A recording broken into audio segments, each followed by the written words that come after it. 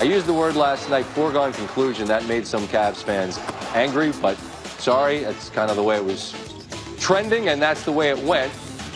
4 years, 153.3 for the Lakers. That's a longer term than he'd been agreeing to. The fans in Los Angeles, obviously, I see what we're doing. And all you folks out there, NBA fans that can't stand Laker fans, and you didn't enjoy this 5-year period of time when they stunk, you needed to enjoy it more because it's over. Meanwhile, in Cleveland, make it a double. Dave McMenamin joins us now. And, Dave, you know, LA's the party, and Cleveland's going to have to try to make sense of what happens next. And when he leaves, man, it rarely is a pretty picture. What does the picture look like? There's mixed emotions here. He delivered on a promise to win a championship for the city of Cleveland, the city where he grew up about 40 miles south of in Akron, Ohio. Came back in the prime of his career, gave 4 years of that prime back to the Cavs after the Cavs owner really lit him on fire when he left in 2010. And Cavs fans will forever have that moment in 2016. Now, there is a degree of disappointment, sadness, shock, mostly centered around the fact that he signed a 4-year deal with the Lakers, because that's a commitment he never gave to the Cavs the second time around. It was a 1-year deal with a 1-year option. Then it was another 1-year deal with a 1-year option. Then they win the championship, and what did that buy the Cavs in loyalty? Oh, a 2-year deal. And then he opted out, and now he's going to Los Angeles. So I think there's some hand-wringing around the fact that, and had he managed this differently, maybe it could have looked differently. Maybe we could have added more championships to this time frame, but ultimately it's a feeling of appreciation for what LeBron brought over these last 4 years. And all of what you're saying makes sense. I mean, sure, you have that moment in time that he came back to do what he did. I'd say that you have to look at that time and say they got to the finals every single year, and they existed during the time a super team was created. So sure, be happy about that. And as far as the 1-year contract deal goes, players covet flexibility and being nimble now more than anything else. I guess what I'm asking, Dave, is just from the Cavaliers' perspective, he's gone. So what they have now is a bunch of salary committed to a team that wasn't good enough with him, and now they don't have him. So what do they have?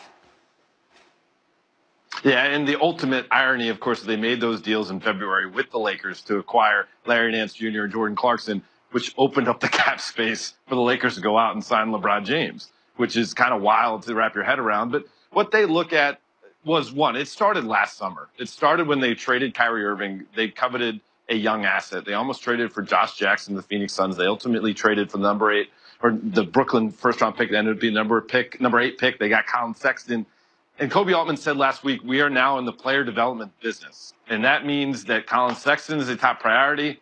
Jordan Clarkson, they hope to be able to get Rodney Hood back. They extended him a qualifying offer. Larry Nance Jr., Jetty Osman, who they signed last summer, rather than going after a veteran like Jamal Crawford, and Ante Zizic. And you know, all those names, all the games of those guys combined right now, you don't think is much. But if the Cavs coaching staff can get more out of them, you know, that's their best path for success. Now, Kobe Altman has said before that his idol when it comes to being a GM is Sam Presti in OKC. And that's kind of the ethos of that organization where, yeah, I mean, it's easy to look now and say KD and James Harden and Russ Westbrook were all amazing picks, but partially they're amazing picks because the organization allowed them to reach their full potential.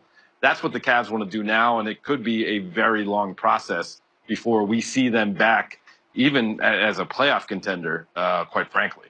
All Altman has to do is just draft 3 guys that all win MVPs, and everything should work out just fine from here, Dave. Thanks so much for being with us, man. Appreciate the time. Thank you. Thank you. All right, so the new odds from our friends at the Westgate in Las Vegas. Obviously, the Warriors are massive favorites and will continue to be as long as they've got who they've got. But the Lakers are now at the same odds as the Celtics and slightly better odds than the Rockets. And then you got the Sixers there at 14-1. Cleveland, 500. Occupies a rare, if not completely unique place in all of sports. He is that good and he wields that much power. At this stage of his career and his life, the choices are his to make. And maybe it's as simple as wanting to be in Brentwood, where it's nice every day, with a chance to restore the luster to a legendary franchise and pick the brain of an NBA legend who's become a titan of industry in Magic Johnson. LeBron James's presser will provide him the opportunity to provide us with some clarity about how he arrived here in Los Angeles. But here we are. LeBron James is a Los Angeles Laker for what ought to occupy the final act of his NBA story. Unlike Cleveland, where he was the story and helped them win their one title, the Lakers have got 16 of them, and they've got so many legends. Wilt and West and Magic and Kareem and Shaq and Kobe. And I'm being real stingy here because there are so many more.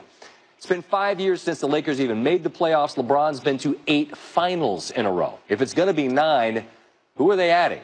Because Lance Stevenson and JaVale McGee probably aren't enough to get it done. Adrian Wojnarowski joins us now. And, Woj, what was the key to make this happen? Magic Johnson in the big seat in L.A. And, for LeBron to have, when he went to Miami, I mean, he was drawn to Pat Riley. I needed to learn how to win. I needed to learn how to be part of a championship culture pedigree. That mattered a lot to him, and Eric Spoelstra, gained his respect as head coach. They won 2 titles together. But I think Magic in that big seat in L.A., not just what Magic represents as a player, one of the greats all time, synonymous with the Laker uniform, but what he has done as an entrepreneur. He is this gold standard for the great athlete becoming a mogul. And those are the aspirations LeBron James has, and he started down that path. And now he takes all of that to Hollywood, to that market. The Lakers aren't just a big NBA franchise, a big American franchise. They're a global brand. And you put that together with LeBron James, it's bigger than whether he's just got JaVale McGee and Lance Stevenson coming in here in free agency. I mentioned a moment ago, Bobby Marks will come by, and that's the nuts and bolts of what he does, helping us understand how the math works. But it doesn't work for them to just go get Kawhi, if the Spurs would even be willing to work with him. Just how difficult is it going to be for them to add another significant piece? Well, much more difficult after the Caldwell-Pope deal today, $12 million into the cap. Bobby will go through all that. But it does become more difficult to get Kawhi Leonard. And what I'm told is Kawhi Leonard remains focused on wanting to get to the Lakers, not just Los Angeles, but the Lakers. And he can do that in free agency next summer. And LeBron is signed long term. They last year took for granted with Paul George that he would come in free agency this year. They didn't make a big offer to the Pacers. He goes to Oklahoma City, he stays. What if Kawhi Leonard gets traded to Philly or Boston, loves his time there, wins big, gets to the finals? Does he maybe not get to free agency next year? But now it's a difficult pathway. The Spurs will trade Kawhi Leonard to the Lakers, but they're going to do it for a big package. And the pieces of that package became more difficult with the moves the Lakers made today. You used the word seismic once this news broke. I mean, SportsCenter's been on. And Zuba Mehedi, by the way, give the man a raise. The man, I think he was on for like 3 straight hours and didn't come up for air. Seismic, I get it. When you talk to everybody around the league, this was the presumed outcome when we spoke last night at midnight. But what was the reaction to the reality?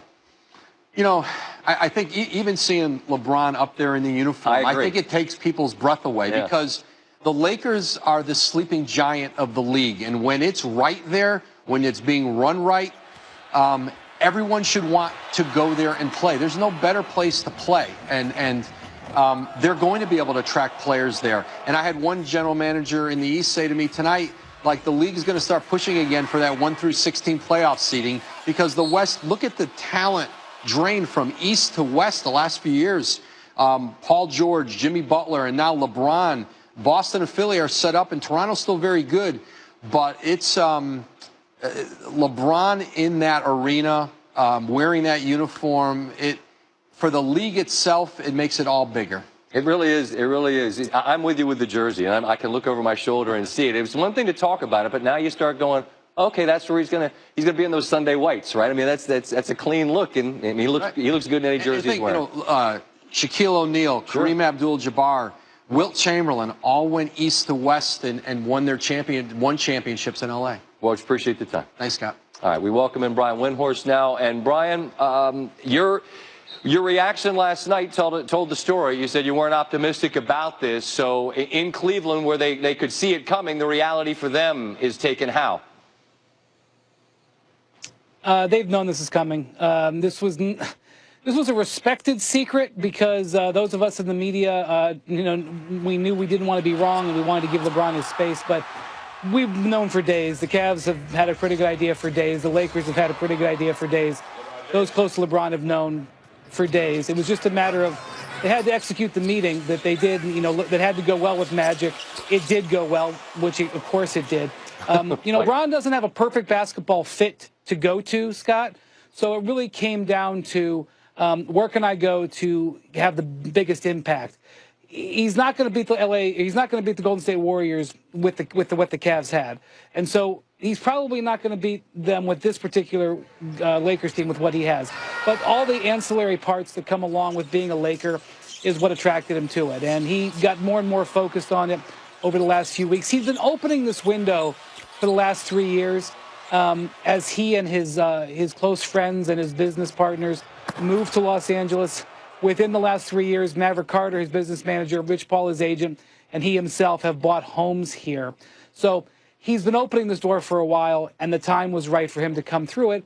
And what I would say to Cavs fans, Scott, is that the 2016 championship was a glorious moment. I think they should hang on and embrace it and realize what kind of, seminal, thing that happened for that city, and that they should be thinking about that tonight. I know it's in the past, but that doesn't make it any less special. And I think that LeBron knows that this will be his last act. He didn't really plan on this, but he did give Cleveland what he promised, and now he's going to try to do something special here in L.A. You're a basketball guy. I wonder if you've done what me and Steve and our whole group's been doing tonight. We're looking at the Lakers as currently constructed as a puzzle, and I'm trying to figure out what these pieces make, because it feels like they got a lot of the same pieces, and I don't know what it currently makes.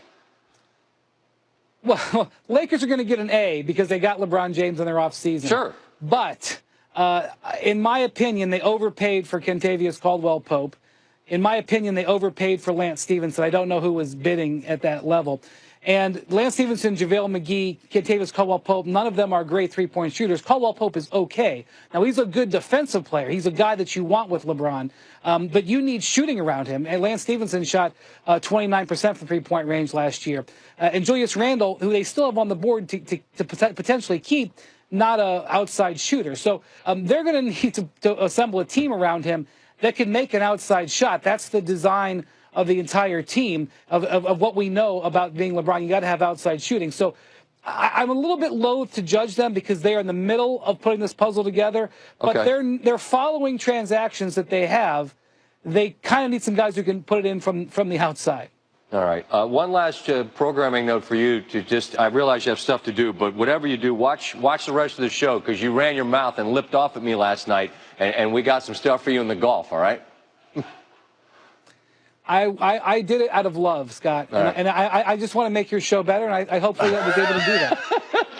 Well, I love you, which is why we got your boy in the highlight, all right? I know you had a great week, so I just want you to know you talk, I listen. Thank you. 700 grand. There you go. 700 grand he made today. Big week. LeBron made 150. He made 700 grand. It's 150 million, 700 grand. It's not bad. So you just put it in a pile with the rest. Just put it with the rest. Thank you, Brian. Appreciate you, man. I've been on TV all night, and I got no overtime. All right, stop talking. All right, still to come.